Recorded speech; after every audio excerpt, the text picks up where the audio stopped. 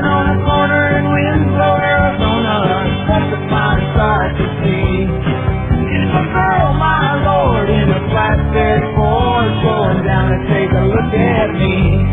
Come on, babe, don't say babe. Hey, what's happening, kids?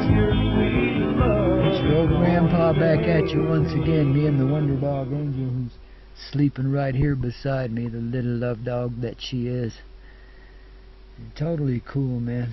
You guys would all love her, I'm sure. Even those of you who are more partial to cats would just love Angel. She's a cool dog.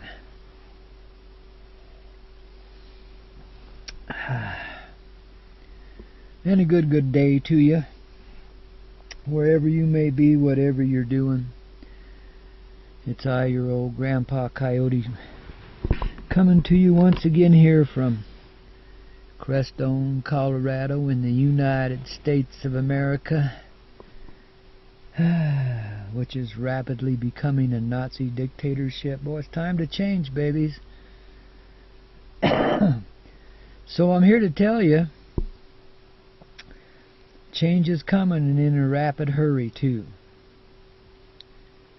But that's neither here nor there in this moment, because we're sitting here talking. And I'll get into that a little further on as this story develops. But just know, you heard it as I said it. It rings true in your heart. The changes we've so long anticipated, well, they're arriving now. A lot of people going to be disappointed. A lot of people going to be afraid. A lot of people going to feel justified in what they've been doing, finally. Because they sure felt out of kilter here. But it's all about remembering. Coming back from where we were to a place that's really where we are. You know? In that way, it's kind of like learning to drive. Big rigs. It takes some skill. It takes a little practice. But mainly it just takes getting into the motion of the machine. Feeling its rhythm, its energy, and letting it become a part of yourself, and yourself a part of that machine. It becomes an extension of your hands, your arms, your feet, your mind, your body, your soul, your heart. It becomes an expression of yourself, because you've chosen to employ it in this way. That's what learning to drive is all about. Becoming one with the machinery that you're about to operate, or are operating, as the case may be. Technicalities drive you nuts. But it's good to know that you are learning how to drive.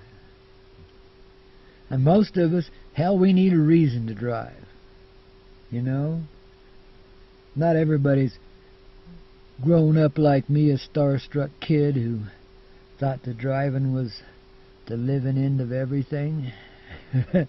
Well, I kind of like flying too, but I couldn't pursue that for various reasons. I did do some flying in my time, and I've flown hang gliders quite a lot, and then I quit that after I almost killed myself.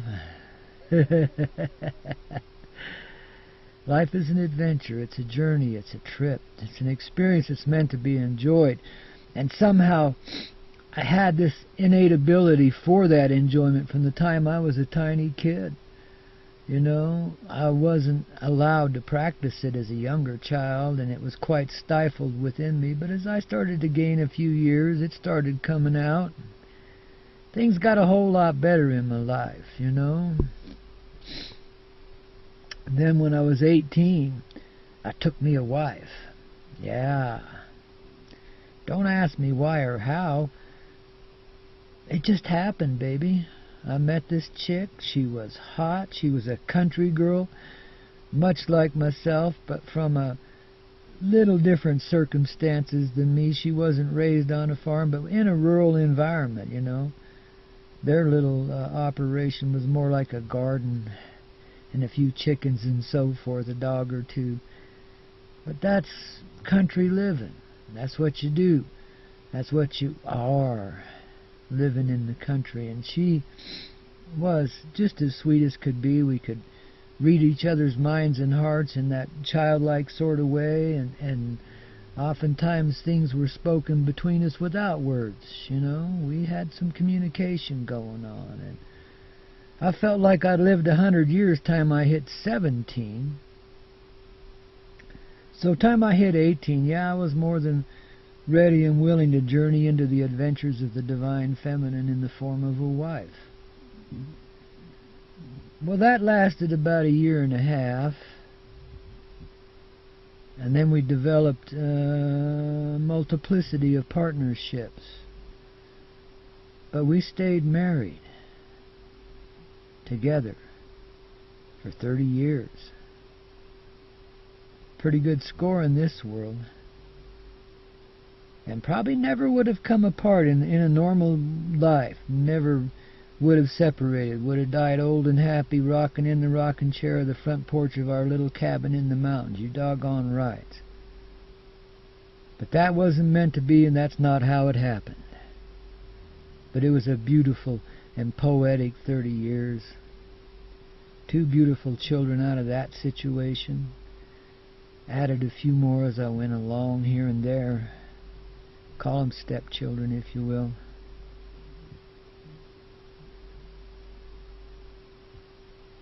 But it was an awesome and amazing place of being, and an amazing time to be alive. Quite trying. Pretty harsh at times. I got to this one point where, wow, complete change in direction and focus in my life.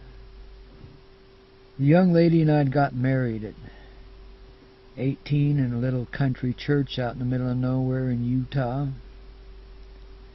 And we'd taken off for California, lived down there for a while, and I'd tried my hand at a couple of things. You know, trying to adapt into this new world of earning a living, of making money and renting a place until you can afford to buy, and, you know, keeping the car up and all of that stuff, you know. And before we knew what happened, man, there was like, kids on the way. 1.5 years later, kids on the way. 1.5 years after that, another one. So time I'm 21, I got a wife and 2 kids, and, you know, I'm not bragging. I'm telling a story. So please take it that way. Put away your judgmental side for a moment. But yeah, I had, by the time I was 21, I had actually 4 kids and 2 wives. And it was a beautiful state of being. And I didn't do this because I was some religious fanatic or something. The old lady and I just decided after about 1.5 years that it would be a good thing to open up our relationship and be willing to experience others, and as well as maintain our partnership between ourselves. It seemed like a very loving thing to do at the time. Still does to me, even sitting here this day. Now, yeah, I was young and a little horny and a little overzealous at times. I mean, it was a tendency I had. You know, I'd get into things, I'd get into them. But it was a way of learning and growing rapidly. You could go through things quickly that way. You know, I think I hit the Zen Buddhist when I was 19 or something, which is pretty good score for somebody coming out of Utah. You know, been a lot of mileage between here and there, hell yeah, but it was an amazing time of being. And when I was like 21, you know, and had this situation occurring, you know, well, what happened, I'll just tell you a straight up story. This cute little lady moved in next door with a couple of kids. She was single at the moment, and bright and beautiful and sparkly, you know. And as we she and I got to know one another a little better, well, Gee whizzikers. The sparks were flying. We communicated on a whole different level. It was quite exciting. We were like fire and gasoline. One of us would come up with an idea and the other would want to go explore it. And it would just like, wow, take off. Which could get you into trouble. Fortunately, we managed to stay out of it, other than crossing with the social mores of Utah, where we lived at the time. Holy crap. For a place with a polygamous ancestry, a polygamous history, meaning they had multiple wives back in the early days of that church that founded the place, well, gosh almighty, there sure were a lot of judgmental attitudes around me then. I had some friends, some guy friends I'd grew up with, that we were kind of partying with. I took about a year and a half off between the ages of 22 and 23, I guess it'd be 21 then and 23, somewhere in there. I took a year and a half off. I'd been in the movie and theater and film business. I'd retired out of that as an executive second in charge of a bankrupt movie company. Damn. But sure had a good time with that. But that was kind of disillusioning to me, because then I just learned what the real world was all about. And dang, I didn't want so much to be a part of it anymore. It just, the business world, especially the entertainment industry, was so filled with liars, fakes, and thieves, and people that'd stab you in the back, and everybody thought you was trying to climb up the ladder by brown-nosing and kissing ass and shit. It just didn't seem the life for me. I got a little overwhelmed by it. I mean, I was intelligent enough to handle it well for a while, but it just got to me. I just couldn't do it anymore, you know. And a few things happened, and circumstances just slid me right out of it anyway. Some of which I'm not too proud of, but hey, shit happens, you learn, you grow, you know. You learn these things this way because you want to know how other people compromised their soul and got to where they are, you know. You don't think about it in those terms, but you gather this experience just so you can hook up with it, you know, so you can communicate with just about any realm of life. But, you know, you want to know what causes people to sell themselves out, you know. And it's this economic need primarily. It gets greater as you go along. And, of course, everybody wants to live a fine life and have some luxuries and shit, you know.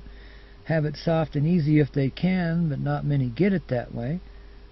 But everybody wants to feather their own nest. That's the nature of the money world, you know what I mean? It's just so devious and so controlled, you know. It's really not a place where a normal person should be, because there's so many compromises you have to make, even if you're as honest as the day is long and the night is short. I mean, dang, you wind up making these compromises, which is essentially selling your soul, because you do things you wouldn't otherwise do. You commit yourself to stuff that you otherwise would not do.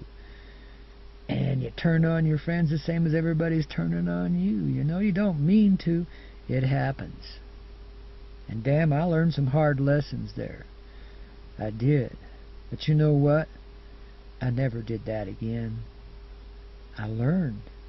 After I picked myself up. And it took a year and a half and 2 beautiful young women and their beautiful children to help me do that. And of course, I was helping them along in other ways too. And you know, before this time I had never quite understood my polygamous ancestors. What would possess someone to do such a thing? And after this, hell, I not only knew, I understood. I mean, I understood the idealism, because I wasn't a religious fanatic. I didn't want nothing to do with any church, let alone the one I was raised in. I was a lot more broad-minded than that. My mind and heart were expanding greatly. I was, you know, as I've told you before, born an alien in that place. But a good kind. But I was learning and growing. My idealism was fueling me in everything I did. You know, that's why I love the movie business. I thought there's a place I could express this old heart of mine. Just didn't quite work out that way, well, but I did have a good time dabbling in it, I'll tell you. But I had to let it go. It just was too dishonest for me, all of it. I was young, idealistic. I couldn't live with myself.